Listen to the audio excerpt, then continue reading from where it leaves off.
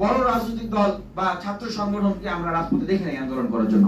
আমি আমার ব্যক্তিগত অভিজ্ঞতা থেকে বলছি, বাংলাদেশে 5 আগস্ট পূর্ববর্তী সময় অভ্যুত্থানের সময় আমরা অভ্যুত্থানের যে সকল রাজনৈতিক শক্তিকে এবং বিভিন্ন সামাজিক শক্তি, বিভিন্ন শক্তিকে আমরা দেখেছি, নাগরিক শক্তিকে অংশগ্রহণ করতে, 5 আগস্টের পরে এখন পর্যন্ত আরো দুটি বৃহৎ ঘটনা ঘটে গেছে।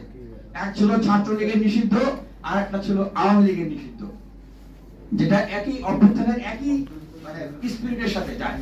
কিন্তু এই ছাত্রলীগ নিষিদ্ধের বিষয়ে আমরা বৃহৎ ছাত্র সংগঠন বর্তমানে বাংলাদেশের আমরা তাদেরকে আন্দোলন করতে দেখিনি, তাদের মাঠে কোনো সরব উপস্থিতি ছিল না। আবার আওয়ামী লীগ নিষিদ্ধের আন্দোলনে বৃহৎ রাজনৈতিক দলের মাঠ পর্যায়ের কোনো তৎপরতা আমরা কিন্তু দেখিনি। কেন? এটা আসলে কেন? মানুষের মনে কি সন্দেহ সংশয় জাগে না? মানুষ কি বুঝে না